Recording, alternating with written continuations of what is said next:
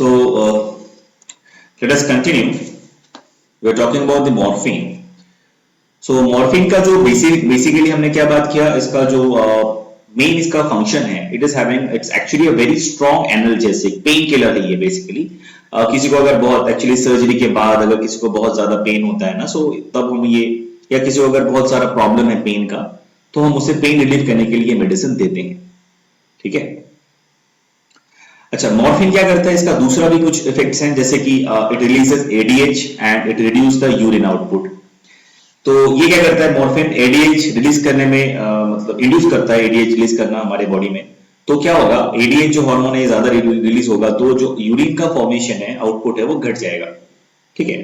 दूसरा है constipation is a prominent feature of morphine action. इसका एक साइड इफेक्ट भी है। मॉर्फिन का साइड इफेक्ट क्या है कि अगर कोई मॉर्फिन काफी क्वांटिटी में लेता है, मतलब कंटिन्यूसली लेता है, तो उसे कॉन्स्टिपेशन हो सकता है। ठीक है। तो जो कॉन्स्टिपेशन है, it is also one of the effect of morphine. ठीक है। और मॉर्फिन क्या कर सकता है, और क्या कर सकता है, it can also cause mild hyperglycaemia. ठीक है। Now morphine is basically very effective sedative and painkiller, and so actually it's a very strong painkiller and it is very useful for the patient who have undergone surgery. तो जब लोगों को surgery होती है, बहुत सारा कट होता है बॉडी में, तो उनको बेसिकली ये मॉर्फिन दिया जाता है ताकि वो उनको पेन रिलीफ हो जाए, मतलब जो भी उनको दर्द है उससे उन्हें छुटकारा मिल जाए। ठीक है। Because of that surgery they have the pain, so till they recover, so we doctor is to prescribe them morphine for like to have feel better.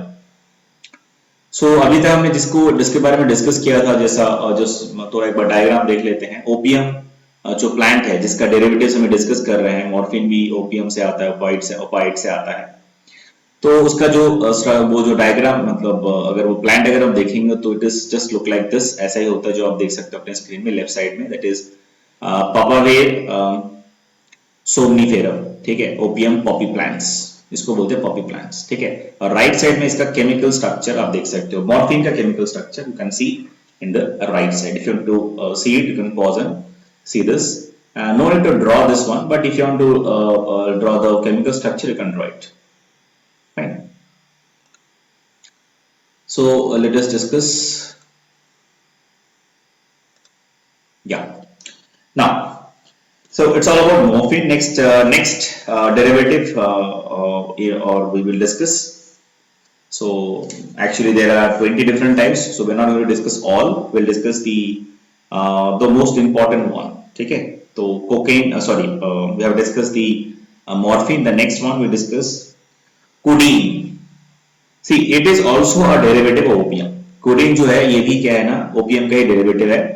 In fact, it is called methyl morphine. ये क्या morphine है? It is actually methyl morphine which occurs naturally in opium and it is partly converted in the body to morphine. Actually क्या होता है ना, ये जो methyl morphine है, it is actually naturally occur in the opium. और जब हम ये बॉडी में, हम अगर किसी पेशेंट के बॉडी में, किसी के बॉडी में चला जाता है, तो वहां पे ये मॉर्फिन में कन्वर्ट हो जाता है। ठीक है। और ये क्या है ना, ये मॉर्फिन के जैसा उतना स्ट्रॉन्ग एनर्जेसिक नहीं है, इट्स माइल्ड एनर्जेसिक। ठीक है। और ये बेसिकली लोगों को इससे एडिक्शन ज्यादा नहीं होता है। ठीक है। It does not cause addiction. ठीक है। और it is actually a very important ingredients in many medicine and cough syrup. ठीक है। तो बहुत सारे मेडिसिन में ये मिथाइल मॉर्फिन, या जिसको हम कोडीन कहते हैं, ये यूज होता है। और कफ सिरप जो होता है, हमको अगर खांसी होता है, उसके लिए हम जो कफ सिरप यूज करते हैं ना, उसमें भी ये कोडाइन यूज होता है। देखना, जब कोई जब खांसी होती है, कफ होता है, तो हमारे थ्रोट पे पेन होता है। तो जब हम कॉफ सिरप लेते हैं रेगुलर, मतलब उससे कुछ डोजेस लेते हैं, तो हमें पता चलता है कि जो दर्द है, वो फीलिंग जो है पेन का, वो धीरे धीरे कम हो जाता है। So that is also because of the presence of codeine. ठीक है। और इसका साइड इफेक्ट क्या है? साइड इफेक्ट वही कॉन्स्टिपेशन। मॉर्फिन का बेसिक साइड इफेक्ट होता है कॉन्स्टिपेशन, सो इसका भी साइड इफेक्ट क्या है? Constipation. Next, number 3 will talk about heroin. ठीक है। हेरोइन क्या है? Heroin is actually, if you से इन अ डिफरेंट वे, इट्स डायमॉर्फिन और डाइएसिटाइल मॉर्फिन, इसका टेक्निकल नाम हम कह सकते हैं इट्स अ डायमॉर्फिन और it's a डाइएसिटाइल morphine. It is about 3 times more potent than morphine. It's very important. Heroin is 3 times more potent than morphine. ठीक है. And because of its high potency, it has been favored in illicit drug trafficking. क्योंकि इसका potency बहुत ज्यादा है, इसका जो effectiveness है वो 3 times है, 3 गुना ज्यादा है मॉर्फिन से. तो लोग इसे बहुत ज्यादा, मतलब जो एडिक्टेड लोग हैं, जो ड्रग एडिक्ट्स हैं, जो ड्रग अब्यूज करते हैं, उनके लिए ये एक्चुअली, देखिए मैं आप सबको एक चीज बताना चाहता हूँ. ये जो एडिक्शन है, ये अब्यूज है, ड्रग है, अल्कोहल का है, फिर टबाको हमने डिस्कस किया. तो इसमें क्या होता है ना, basically there is a sense of adventure the people are actually looking for. This drug abuser, they are actually looking for some next level adventure for them. उनको ऐसा लगता है कि अगर कोई एक पर्टिकुलर ड्रग अगर लेके कुछ एक प्लेजर आता है, या फिर कुछ जो सेंस ऑफ यूफोरिया या सेंस ऑफ प्लेजर होता है, तो उसके नेक्स्ट लेवल पे वो जाने की कोशिश करते हैं. तो उसके लिए वो मतलब जो ज्यादा इफेक्टिव, मतलब और ज्यादा जिसमें पावरफुल मेडिसिन है, पावरफुल जो ड्रग्स है, उसको यूज करना वो चाहते हैं. तो इसीलिए जो हेरोइन है, क्योंकि वो 3 टाइम ज्यादा पोटेंट है इससे, आपके मॉर्फिन से, that is why it is having very high demand in the drug industry और द ड्रग ट्रैफिकिंग. ठीक है. आपने सुना होगा बहुत बार कि हीरोइन का स्मगलिंग करते हैं लोग, पकड़े गए हैं. देन अफीम का स्मगलिंग करते हुए पकड़े गए हैं, पकड़ते हैं, आप पेपर में पढ़ते होंगे ना. Because it's having very high demand, it's very costly, people are ready to pay any amount of money for their pleasure. So that's a thing. ठीक है. So that is why it is banned in most of the countries. हमारे देश में भी ये band है, drugs band है. ठीक है. इसका केमिकल फॉर्मूला क्या है? इसका केमिकल फॉर्मूला है C17H17, then OC2H3O whole 2O9, ON. ठीक है. Now heroin is formed from morphine by acetylation. Heroin बनता कैसे है? मॉर्फिन से ही हेरोइन बनता है. कैसे बनता है? by a process. What happened? By a process that is called deacetylation. ठीक है. Sorry for the disturbance. So deacetylation एक प्रोसेस है जिससे कि ये मॉर्फिन बनता है. ठीक है. That is a method process. ठीक है. So the heroin are form from the morphine. Morphine से ही बनता है. तो सवाल आ सकते हैं कभी कभी, हेरोइन कहां से बनता है? हेरोइन बनता कहां से है, किससे बनता है? It actually form from morphine by deacetylation. Acetylation, not deacetylation. Please correct, acetylation. By the acetylation process from the morphine, heroines form. ठीक है. अब देखो, ये जो हेरोइन जो है ना, ये बहुत, जैसे कोडाइन हमने देखा, कोडाइन जो उतना एडिक्टिव नहीं है, लेकिन हेरोइन जो है इज हाईली एडिक्टिव. ठीक है. And that is why it is considered one of the most dangerous opiate. मतलब ओपीएम का जितने में डेरिवेटिव्स है ना, उसमें सबसे ज्यादा खतरनाक, सबसे ज्यादा डेंजरस जो ओपिएट है, हम इसे मानते हैं, हम इसको हेरोइन को मानते हैं हम लोग. ठीक है. अच्छा, इसको लिया कैसे जाता है, लोग इसको कंज्यूम कैसे करते हैं, लोग इसको मतलब अपने बॉडी के अंदर लेते कैसे हैं इसको? हीरोइन का इज टेकन ओरली. इसको ओरली लिया जा सकता है, and it is highly addictive and therefore इसको ओरली लिया जाता है.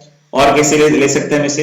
आप क्या, इंजेक्शन और इनहेल. मतलब इसको होता है ना, मतलब कैसे आपको बताऊं, इसको लोग सीधा अपने नाक से इनहेल करते हैं.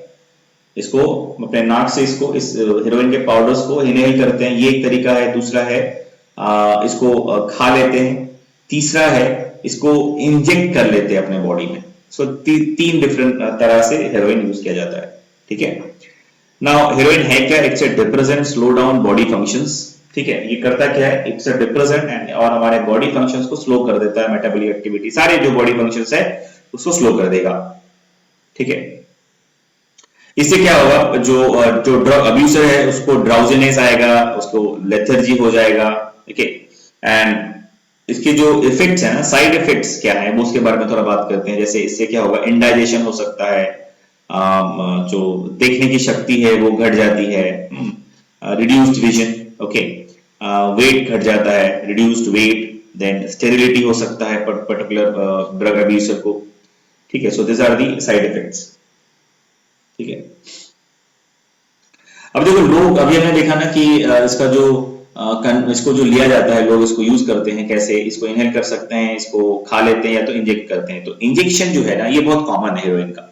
तो इसीलिए क्योंकि people are using this drug abuser, they are using only a single syringe to actually share this drug. तो इससे क्या होता है ना, they are highly susceptible to have different types of diseases like hepatitis, AIDS, hepatitis B, AIDS. These are the same. These are the different types of disease. This drug abuser are actually highly susceptible to. ठीक है। और इसके withdrawal symptoms जो है ना, क्या मतलब कोई अगर हेरोइन छोड़ना चाहता है, अगर हेरोइन का जो उसको एडिक्शन है उससे निकलना चाहता है, तो उसके विड्रॉल सिम्टम्स क्या होंगे? डायरिया, वोमिटिंग, शिवरिंग, ठीक है, epilepsy, this are the symptoms. ठीक है। कभी कभी किसी को तो पैरालिसिस के जैसा भी हो जाता है if they are taking very high dose regularly in that case. Next type है स्टिमुलेंट। तो 4 तरह के होते हैं ना, हमने बात किया था। जो हमने अभी शुरू में हम क्या बात कर रहे हैं कि जो हैबिचुएटिंग ड्रग्स है 2 तरह का होता है, साइकोट्रोपिक एंड साइकोडेलिक। तो साइकोट्रोपिक के हमने बारे में डिस्कस करे थे, उसमें जो 3 तरह के वैरायटीज हमने डिस्कस किया। तो 3 तरह के वैरायटीज हमने डिस्कस किया। अभी हम चौथा वैरायटी जो 4th है उसको हम बोलते हैं, वो अभी हम डिस्कस करेंगे। Let us finish this first, then will discuss. ठीक है। Now heroin, then after the heroin the next thing we need to discuss, that is your smack. Smack क्या होता है ना, it is a crude byproduct of heroin. Heroin का crude byproduct होता है smack, SMACK, smack. And it is byproduct of heroin which is synthesized and is commonly called brown sugar. Smack को basically brown sugar कहा जाता है, and it is actually, देखो brown sugar जो है ना, it is a crude derivative of heroin. Heroin का crude derivative होता है, और ये इसको brown sugar commonly लोग कहते हैं। और इसका दाम जो होता है ना, ये commonly कम होता है। इसका जो प्राइस है, it's very less, it's cheap compared to heroin. So it is, that's why it is also known as poor man's heroin. ठीक है, क्योंकि दाम इसका कम होता है लेकिन इफेक्ट इसका ऑलमोस्ट हेरोइन के जैसा ही होता है, तो इसीलिए इसको हम कहते हैं पुअर मैन्स हेरोइन। ठीक है। And a smack is stronger analgesic. Smack क्या है? It is a stronger analgesic. ये भी क्या है ना, स्ट्रॉन्गर एनाल्जेसिक के जैसा काम करता है, पेन किलर के जैसा काम करता है, लेकिन मॉर्फिन से ज्यादा स्ट्रॉन्ग एनाल्जेसिक है ये। ठीक है, मॉर्फिन तो बहुत स्ट्रॉन्ग एनाल्जेसिक होता है, लेकिन उससे भी ज्यादा स्ट्रॉन्ग होता है स्मैक। ठीक है, लेकिन हेरोइन से ज्यादा नहीं, हेरोइन सबसे ज्यादा स्ट्रॉन्ग होता है। ठीक है। Drug smack is obtain from latex और पॉपी प्लांट। जो पॉपी प्लांट का लैटेक्स होता है ना, उससे। अभी लैटेक्स क्या है? Latex is a milky fluid which found in the flowering plants. Flowering plants में लैटेक्स जो है ना, एक मिल्की फ्लूइड होता है जो मिलता है, उससे ही ये जो स्मैक है इसको डिराइव किया जाता है। ठीक है। Next number 5 derivative discuss, opium का डेरिवेटिव डिस्कस कर रहे हैं। तो 5वां डेरिवेटिव इंपॉर्टेंट जो है, दैट इज पेथिडाइन और पेप्रिडाइन भी हम इसे बोलते हैं। ठीक है। Although it is chemically unrelated to morphine, ये मॉर्फिन के साथ केमिकली तो मैच नहीं करता, रिलेटेड नहीं है। ये it has many similar actions, but इसका जो एक्शन है, इसका जो इफेक्ट है वो मॉर्फिन के जैसा ही है। ठीक है। Its analgesic efficiency is near to morphine and it is more than the codeine. तो इसका जो एनाल्जेसिक इफेक्ट है, ये भी एनाल्जेसिक है, इसका एनाल्जेसिक इफेक्ट है वो मॉर्फिन के बराबर होता है लगभग, लेकिन कोडाइन जो हमने डिस्कस किया उससे ज्यादा होता है। ठीक है। And it is equally sedative and euphoriant, and it causes less histamine release, and it is safer in compared to this heroin and this smack, it is little safer comparatively. Okay. And it is also having local anesthetic action, and it is mostly metabolized in liver. liver में ये metabolize होता है। ठीक है। और इसका जो anaesthetic, इसका जो लोकल एनेस्थेटिक जो इसका कैपेसिटी है, it is having having effect, local anaesthetic effect as well. अच्छा, एक चीज देखो, हम बार बार बात करें ना यूफोरिया।